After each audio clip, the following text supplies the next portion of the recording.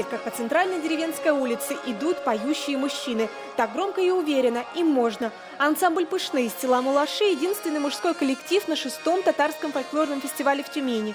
Мужчины в современном самодеятельном творчестве на вес золота. За 6 лет, что Конгресс татар Тюменской области проводит фестиваль, многое изменилось. В этом году стало очень много фольклорно-этнографических.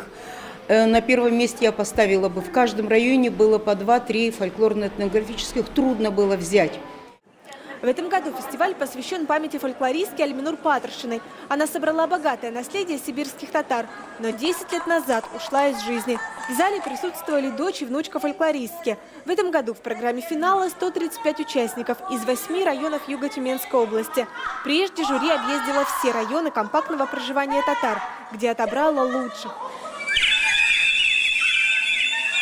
Детский фольклорно-этнографический ансамбль «Вак-Белеш» из села Янтык. Находка года. 12 девочек под руководством Ислама Сафина. Под его попечением выросло немало юных баянистов. А вот знаменитый уже за пределами России Шатыр-Шатыр из села Чикча приготовил номер по мотивам фольклора заболотных татар.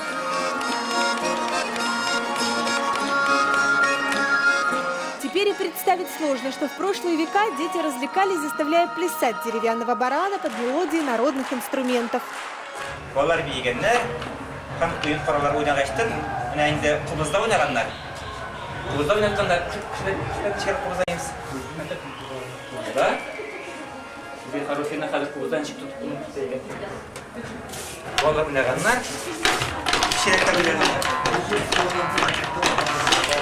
В ансамбле САС из села Средние Тарманы молодых участников нет. Всем артисткам за 50 лет. Говорят, как не стало клуба, так молодежь остыла к народному творчеству. Клуб болса, клубның работник болса, музыкал, билимлегичләр болса, йөрүләр итте.